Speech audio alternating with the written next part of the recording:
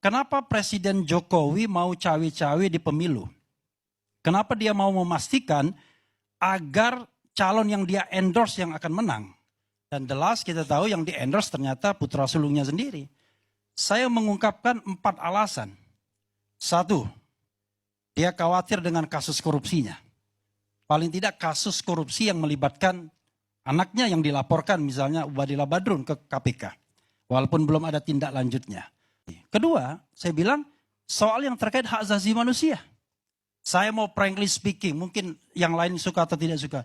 KM 50, still big question. Jelas sekali pelanggaran hak asasi manusianya. Tapi negara abai untuk to protect, to fulfill human right. Lalu apa lagi? Dia memastikan yang namanya political dynasty.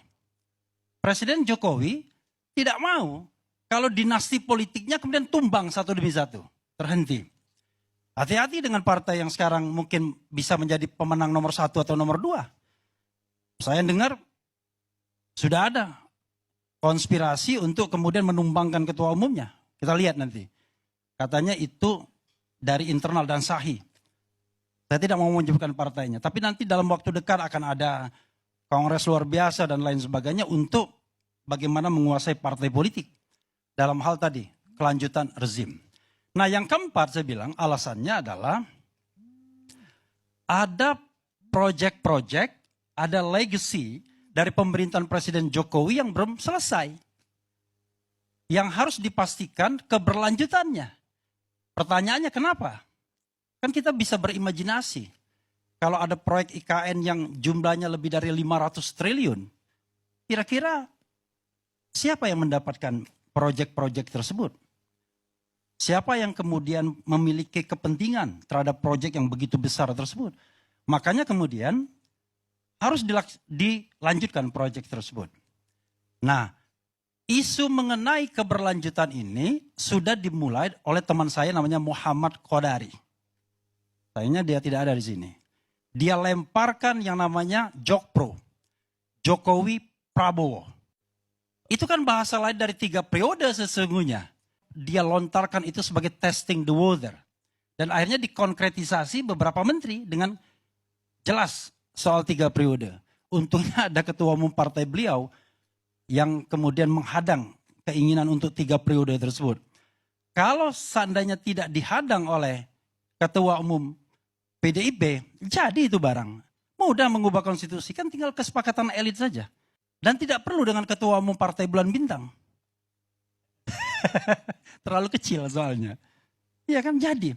Tapi untung beliau bilang no, karena taat pada konstitusi. Kemudian digeser lagi, tidak 3 periode tapi perpanjangan masa jabatan. Gagal juga, lagi-lagi Ibu Megawati nggak setuju dan komponen society tentunya. Ya, termasuk saya juga mengkritik. Ada bahasa lain dari perpanjangan masa jabatan, penundaan pemilu.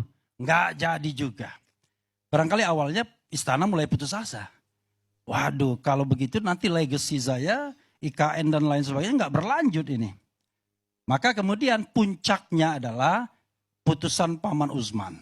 Sebagaimana pernah dikatakan oleh Profesor Yusril Iza Mahendra, Bang Yusril, tahun 2014 ketika menjadi ahli buat Prabowo mengatakan, kalau ditemukan pelanggaran konstitusi, tidak tertutup kemungkinan hakim-hakim MK untuk membatalkan pemilu sebagaimana yang terjadi di Thailand. Saya ingat betul itu Bang Yusril. Bang Yusril juga yang ngomong di Twitter, ya, kalau pemilu curang, penjahat yang akan berkuasa. Bang Yusril juga ngomong, penjahat dan koruptor. Jadi haram hukumnya kita dipimpin oleh orang yang mendapatkan kekuasaan dengan cara curang. Dengan cara membayar, dengan cara mengakali sirekap, dengan cara mengakali manual dan lain sebagainya. Karena kita tidak ingin negara ini menjadi negara otoriter kembali. Kita tidak ingin negara ini seperti negara Orde Baru. Karena itulah kita butuh perlawanan agar demokrasi kita tetap tegak. Wassalamualaikum warahmatullahi wabarakatuh.